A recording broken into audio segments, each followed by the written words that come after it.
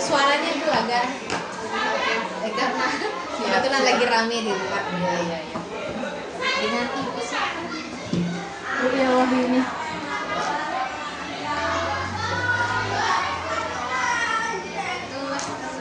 Iya, Mas. Bu, Rupiah Wahyu ini. Rupiah? Ya pakai K ya. Ya. Iya. Pakai A. Rupiah. Ya. Wahyu. Wahyuni SPD. Iya. Siap.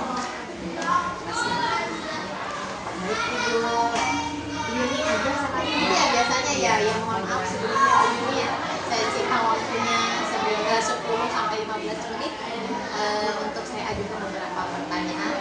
Izinkan saya memperkenalkan diri. Nama saya Ibu Sylvia, mahasiswi dari Universitas Muhammadiyah Malang, program doktoral S3 pendidikan. Di sini saya akan mengajukan pertanyaan wawancara tentang implementasi pendidikan karakter siswa perspektif orang tua dan guru.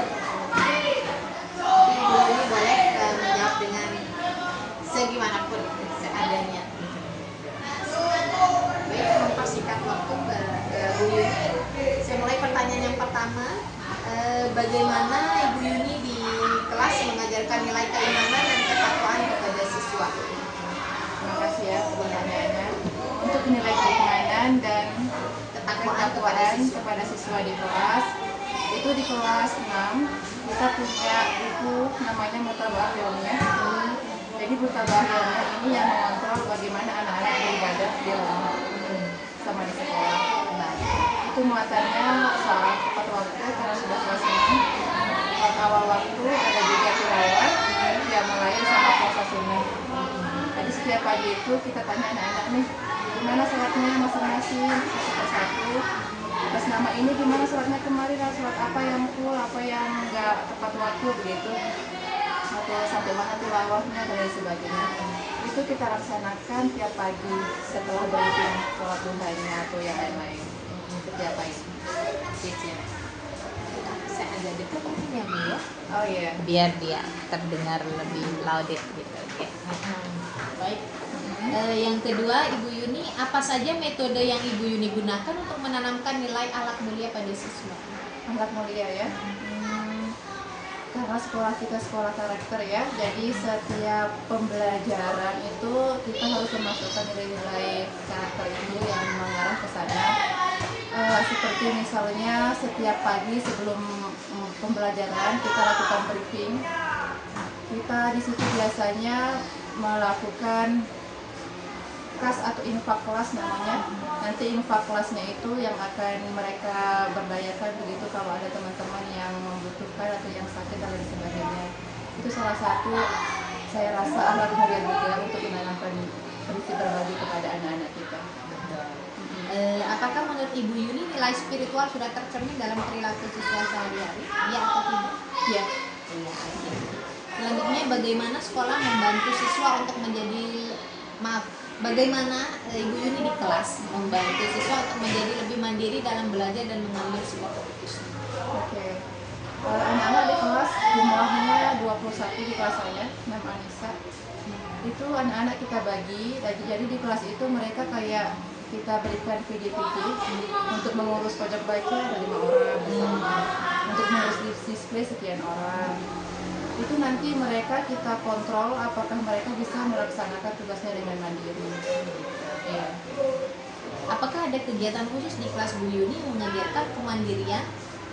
Ada, termasuk itu. Jadi nanti ketika mereka melakukan tugasnya, begitu contohnya PJ apa namanya itu, PJ untuk tanggung jawab nih.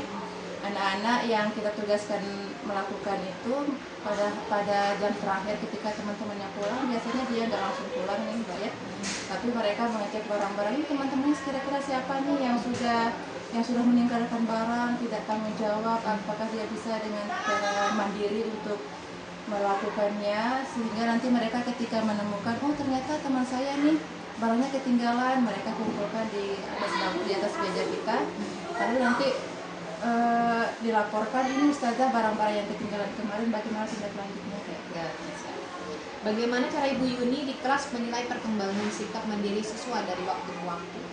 Biasanya kita langsung komunikasi dengan orang tua. Komunikasi. Ya, apakah sudah melakukan dengan baik tugasnya di rumah atau bagaimana? Sejauh mana prinsip gotong royong yang diterapkan di kelas? Ini lebih kita tekankan ke proses pembelajaran, yaitu kerja tim. Jadi nanti ketika kerja tim, hasilnya kita sampaikan ke anak-anak. Oh ternyata walaupun hasilnya maksimal, tapi kalau prosesnya tidak maksimal, artinya mereka nggak bisa melakukan kerja tim dengan baik, kita langsung evaluasi. Siap. Bagaimana Ibu Yuni mengajarkan pentingnya kerjasama dan tolong menolong di antara siswa?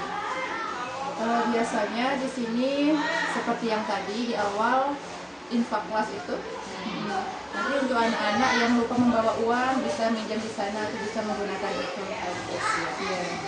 Apa saja kegiatan yang menekankan pada kerjasama dan gotong royong di kelas? Kerja tim. Kerja tim. Siap. Bagaimana Mbak Yuni mengajarkan siswa untuk menghargai kebinekaan dan perbedaan budaya serta agama? Ya betul. Di kelas ada beragam asal usul orang tua. Jadi itu lebih kita tekankan ketika mereka melakukan kerjasama, ada banyak karakter tuh kita biasanya mengcombine mereka. Oke, siap. Apakah ada kegiatan yang memperkenalkan siswa pada konsep-konsep global seperti toleransi dan keadilan sosial di kelas? Ya, seperti yang tadi. Jadi dia saling nyambung ini gitu. Bagaimana Mbak Yuni di kelas menumbuhkan sikap terbuka dan inklusif di antara siswa? Iya, betul. Jadi anak-anak kita jadwalkan coaching nih, kita jadwal coaching. Jadi mereka secara terbuka mengeluarkan unek-unek atau apa yang sedang terjadi pada mereka. Apa saja strategi Mbak Yuni gunakan di kelas untuk mengembangkan kemampuan berpikir kritis? Jadi ketika mereka kerja sama, kerja kelompok, presentasi, anak-anak kita persilahkan untuk memberikan argumen dan lain sebagainya kepada temannya. Siap. Bagaimana Mbak Yuni mendorong siswa untuk bertanya, menganalisis dan memecahkan masalah dengan cara yang kritis? Biasa pada model pembelajaran yang kita lakukan. Ya. Bagaimana siswa merespon kegiatan atau pembelajaran yang mengutamakan berpikir? Ya. Mereka memang di sini lebih ini ya Mbak ya, dalam proses berpikir. Mereka lebih cenderung lebih suka pembelajaran yang aksi ya. Jadi kita maksudnya lewat sana aja nanti untuk menumbuhkan berpikir mereka. Pembelajaran ya betul, yang langsung aplikatif. Baik. Bagaimana Mbak Yuni memberikan ruang bagi siswa untuk mengembangkan kreativitas mereka di kelas? Ya, biasanya di situ di kelas ada pembelajaran P5 kemarin. Nah, di situ mereka mengeksplor kemampuan mereka dalam menciptakan karya. Apakah ada program atau kegiatan khusus yang mendorong kreativitas siswa? Iya, yang P5 tadi. Iya. Menurut Mbak Yuni bagaimana peran kreativitas dalam membantu pembelajaran siswa secara Sangat penting sekali. sangat penting. Ya. Untuk kelas 6 ini sangat Betul, penting. sangat penting sekali karena kalau misalnya kita stuck dengan kreativitas kan nggak nyampe juga ke anak. Bagaimana Mbak Yuni mengajarkan dan menegakkan disiplin pada siswa di kelas? Kontrol orang tua maupun kita. Baik. Apa saja tantangan yang Mbak Yuni hadapi dalam menegakkan disiplin pada siswa? Tantangan terbesar untuk saat ini masih seputar gadget Mbak. Gadget pasti. Itu aja. Baik. Jadi kita harus komunikasi sama orang tua. Baik. Apakah menurut Mbak Yuni sikap disiplin siswa sudah berkembang dengan baik? Yang lebih baik. Iya. Tapi belum yang sangat. Iya.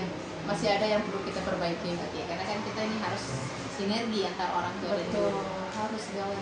Nah, kita juga punya PR buat wawancara orang tuanya. Oh betul. Betul. Ternyata komunikasi antar guru sama orang tua itu penting sekali. Sesuai judul saya Mbak Yuni, implementasi pendidikan karakter siswa perspektif. Iya betul. Orang tua dan guru. Iya. Bagaimana kerjasama nanti gurunya aja yang di sekolah Nggak ini, bisa. orang tuanya di Iya, terima betul. beres itu kan banyak yang Nggak gitu bisa, kan. nggak Makanya. bisa. Nah kan nanti yang disalahkan sekolahnya, gurunya, Betul, betul betul. kan? Iya. Alhamdulillah sudah selesai Mbak Yuni. Oke.